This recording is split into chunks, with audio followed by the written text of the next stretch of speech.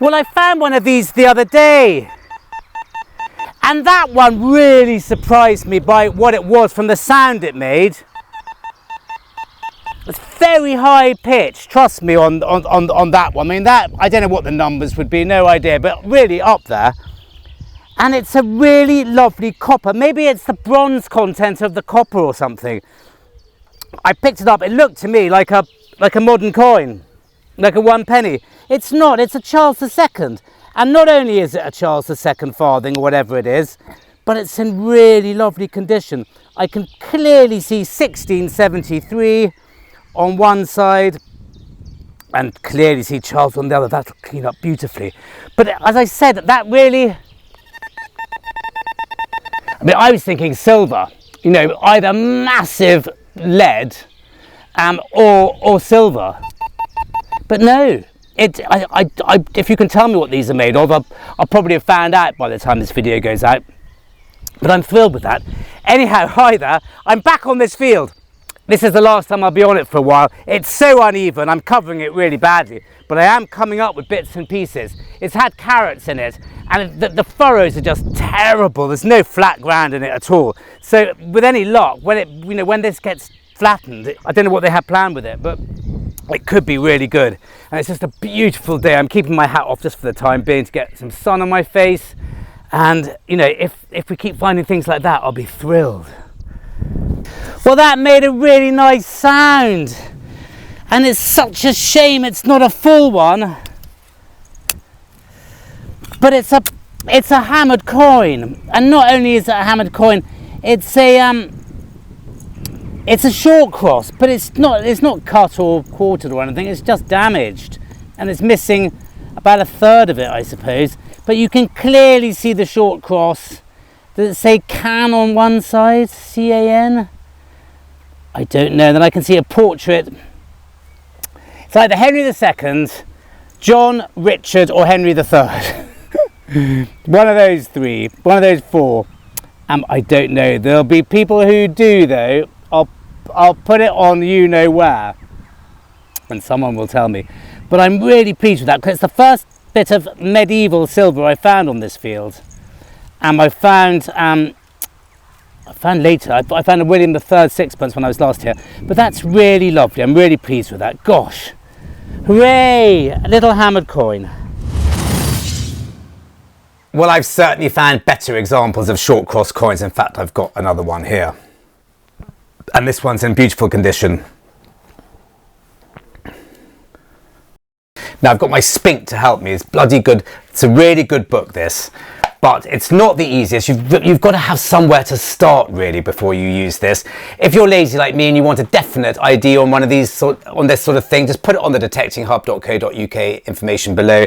There's a couple of people there who are absolutely brilliant. They'll get it almost immediately, and then you don't have to do all the work yourself. But it is quite fun. But as I said, you need somewhere to start. We've got to be quite quick because I've got a lot to get through today. These types of short cross come in the reign of Henry II.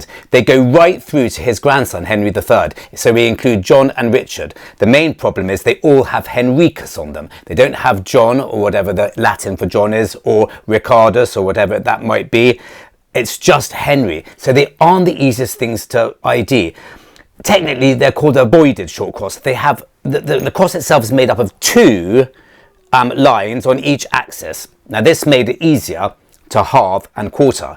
In these days, I think there was an introduction which wasn't very successful. You didn't get halfpennies and farthings. If you wanted, and I've got one halfpenny here, to make a halfpenny or a farthing, you had to cut it or quarter it. Now, having two lines made it very easy to get that correct. And as I said, these lasted for 60 years. One of the problems with these short crosses was clipping. That is the practice of nipping off the outsides of these coins, and when you had enough of nip-offs, you could make other coins or other things out of silver. Henry III introduced, avoided keeping the two lines of each axis of the cross, long cross. Now, this is not the best struck one, but you can get the idea. The cross now comes to the end of the coin, and if that is now missing, then it's not a proper coin. It's been clipped. It's a way of telling. A quick look at my Spink. 1247 to 1272, you get the voided long cross. After that, a quick look at my Spink from 1279. Edward I introduces another type of long cross. I've got a very good example of it here. Gone is the void, and you've just got a straight cross, bang, bang. And this general type you get for the next 200 years, up until the reign of Henry VII. This long cross is the sort of default setting of coins, and the halfpennies and the farthings that come with it. So there you go, a whistle-stop tour of short cross, voided short cross, voided long cross, and long cross. Hope I've done that in about 2 or 3 minutes, because we've got to go back to the fields. As I said, we've got quite a lot to get through. So let's go. Well, listen to this. That's a ballsy sound, isn't it? Well, it deserves to be, because it's a Cistercius, but it's a bit of an odd one because it looks like it's been very purposefully cut. You can see the back of the head of an emperor there, and there's a little bit of writing on the side there. I don't know who it is. Hard to tell from that. Let's guess Trajan, but I just don't know. And it's a very obvious cut. That's not broken, is it? That looks like it's definitely been done on purpose. I don't know what's going on the back, but that would have been a lovely coin as well. What a shame, 2 coins, one after the other, which would have been nicer if they'd been whole. But that's quite cool, whatever. Well, I'm sort of coming to the end of this field, thank God. I think I've sort of done it now. It's nice to have a change, not do the same thing over and over again. But it has been good. It's not been everywhere, it's been quite hard work, and it's a big field. I'll show you quickly. I mean, look, that's just one side of it. But over that hill doesn't seem to be much good, so I don't tend to go to that bit. But anyway, this is a very bright signal here. But I've been doing quite well on the bright signals today, so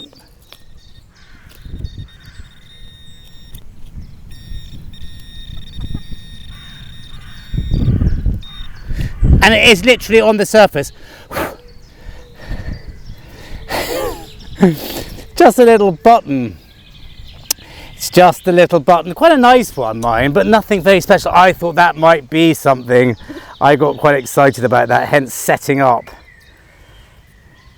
Well, I've definitely found worse ones. That's rather sweet. Anyhow, as I said, I've not got an awful lot to do, so I'll just get on and finish it, I think, now. But this bit is quite good, because I did all that maze about 6 months ago, when this was carroted up, and it's quite good, that strip, so hopefully alongside it will be good as well. Oh rats, well I wish I'd live dug this, because this looks nice and a bit different. I don't know what it is, I don't know how early it is. I mean, that section there looks like it's a buckle, but then it also looks like it might be a clothes hook or something like that. But whatever it is, it's in absolutely lovely condition, and I think it's quite unusual. Well, put it this way, I've never found one. Whether that makes it unusual or not, I don't know. Part of me, I mean, I think it's cast. So does that make it 17th century, 16th century? It'd be lovely if it were earlier, but I just don't think it is. But either way, it's a really lovely decorative thing, and I'm thrilled with it. That's just made it all worth coming out today. And I've just found something else which might illustrate my point of earlier, of big lead sounding like, you know, just so high pitched and clean sometimes. I mean, look at the size of this. I don't know what it is, and it may even have something on it, and we'll clean it up when I get home. It might be a weight of sorts. It does look to have some markings. It's very domed, it's very regular. If it were slightly differently shaped, I might have thought it was a palm guard, but I don't think it is. But anyhow, it's a big chunk of lead. Now listen to the sound of that alongside my Charles II farthing. This is the lead. So at depth, you'd think, ooh, my God, look at that, that's 2 feet or so. It's only 1.5 feet. You'd think, Ooh, nice bit of silver, something that, well, whatever it is, something nice. And look at the, and there's the farthing.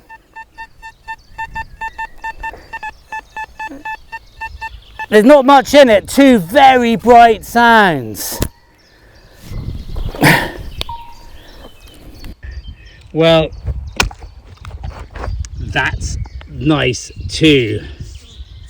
It's a George II. It's George II halfpenny. And it's worn, but it's in lovely condition as well. They often do come out well, these George II coins. But that's lovely, and as you can imagine, gave a really nice sound. Hope you can hear me above the wind. Yeah, nice, nice. Well, that's nice too. That's sort of, well, let's have a look. Don't think it's very deep.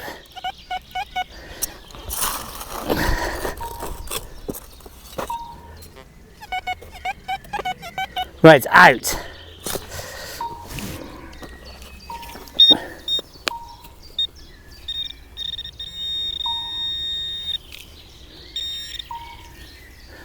It's here. Now, is it a ring? Is it a harness ring? Or is it a coin, or is it a button? With mud caked on it like that, it's got to be a harness. It's got to be a loop of sorts, but I don't mind a loop. Yeah, I think it must be. Yeah, there we go. Just an old loop. But a nice one. It's quite nice and worn. That made a good sound. Well, I don't mind that because I like hoops, and I think that's quite an early one. It's in good condition anyway. Nice patina. Well, this sounded very foily. I really did almost not dig it. But I can see a sort of edge there. I'm just wondering. Is it another one of those boy bishop tokens? No wonder it sounded so foily. I just love these more than anything.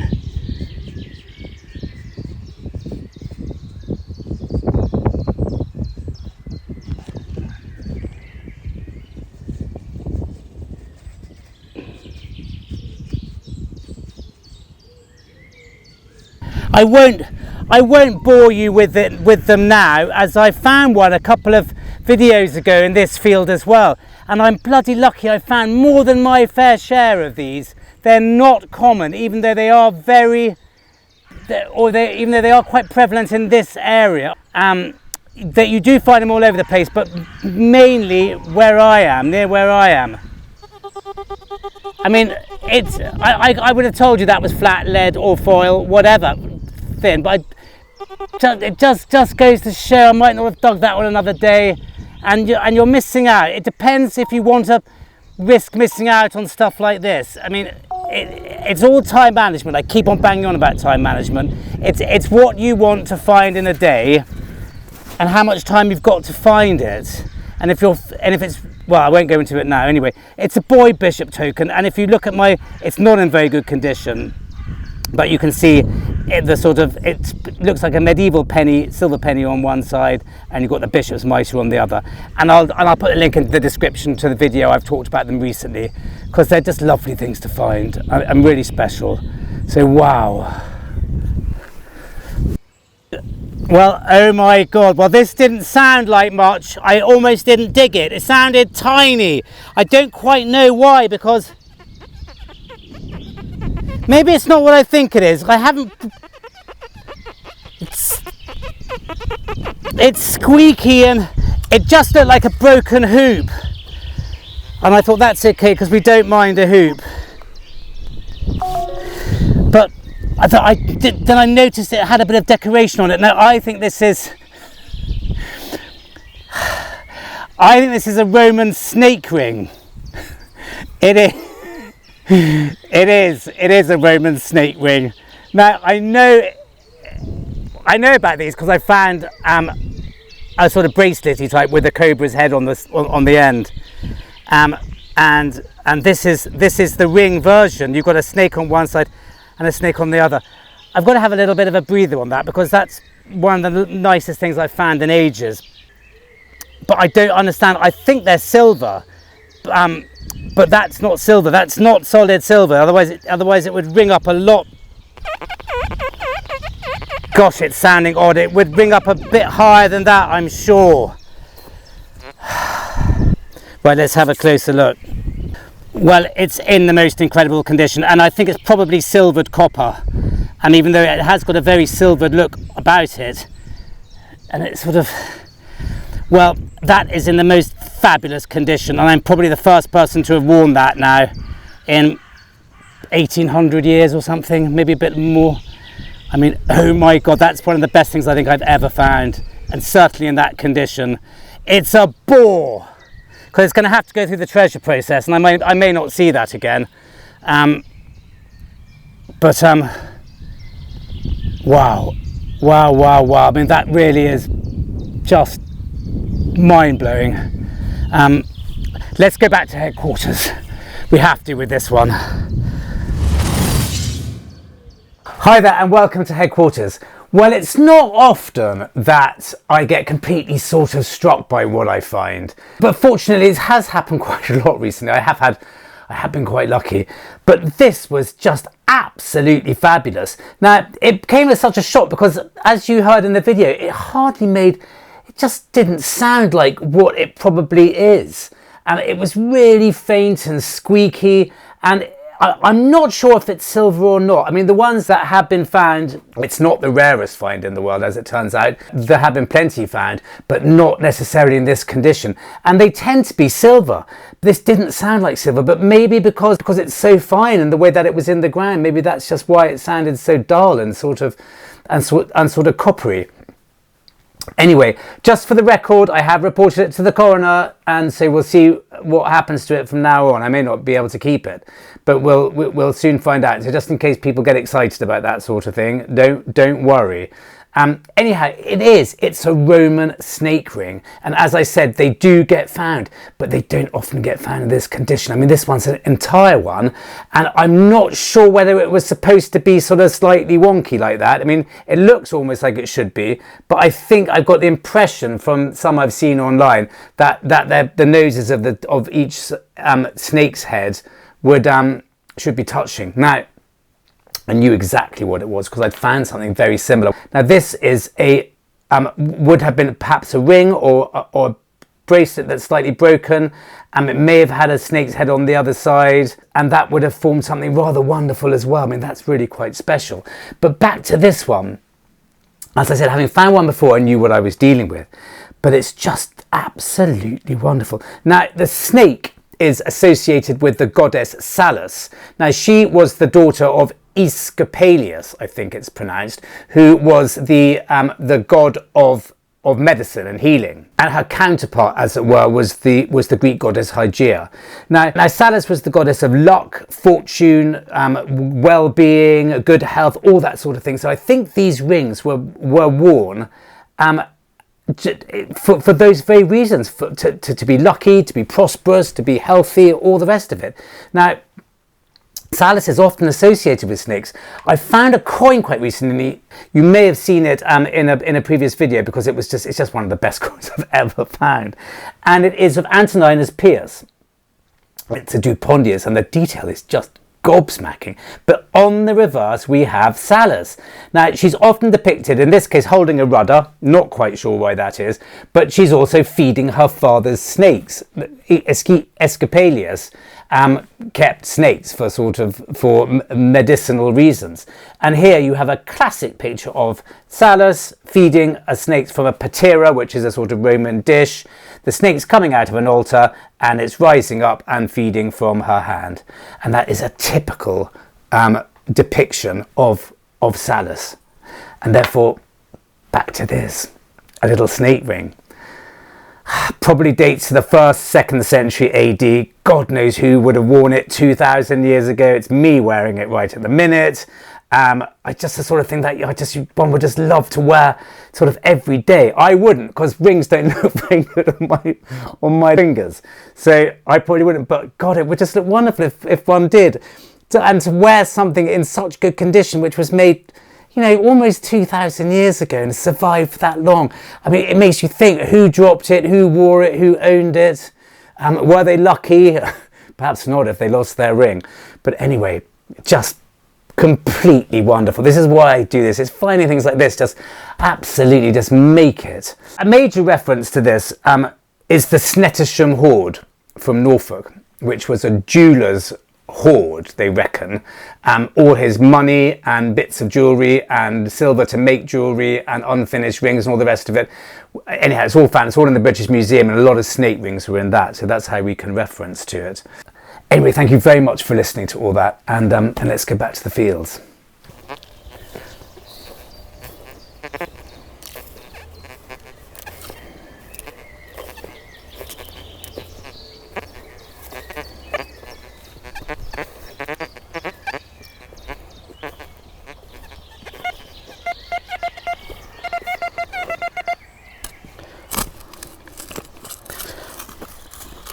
Gosh, that's hard, isn't it?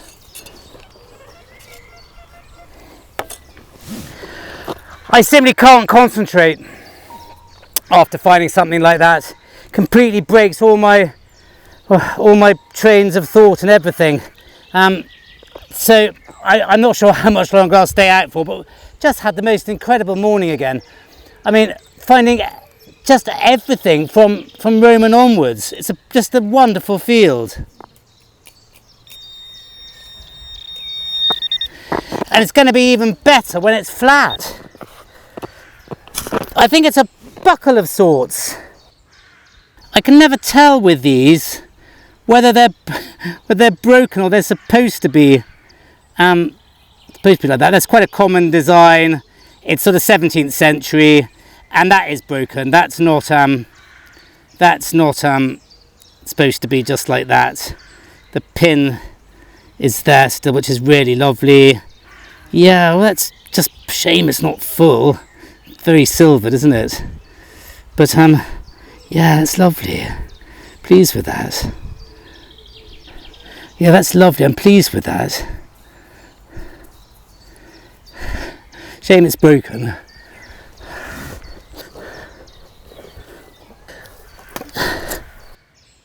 Well, I think this might be my second ring of the day.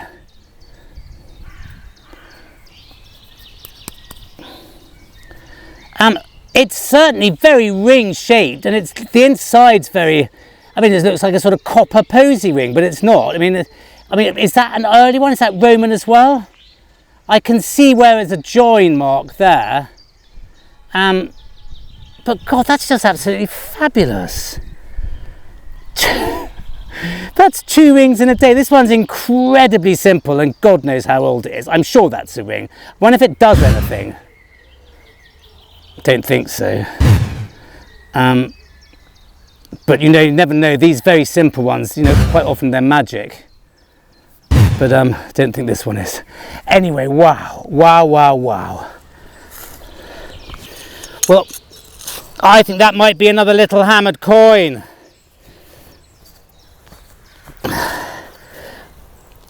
And it actually sounded really quite nice. I don't have the speaker on right at the minute.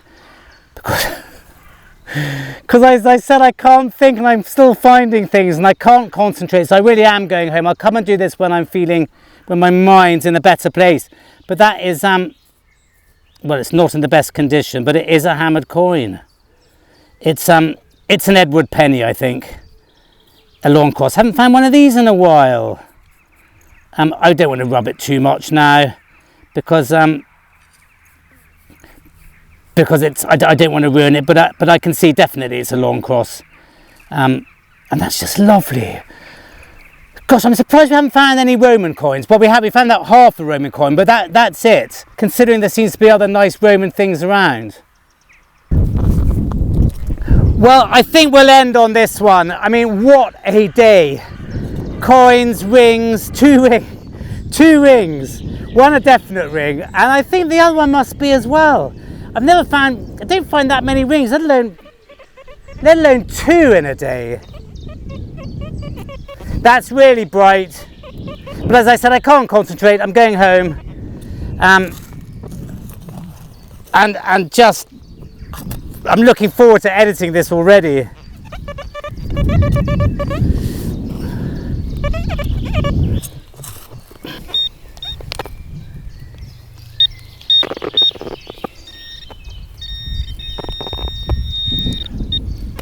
Well, it's disc shaped and it's a button, but it's a lovely button and it's got a sort of sunburst on it.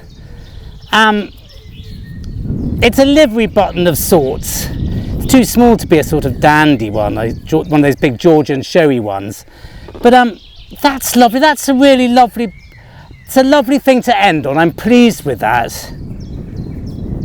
Well, I'm going to stop on that. You don't get better than a sunburst button as your final dig. So thank you very much for watching, and goodbye from me and the carrot field for the time being. Looking forward to this. I don't know what they're going to do. As I said, if they flatten it, we're going to have a lovely time. Anyhow, look, here we go. Bye.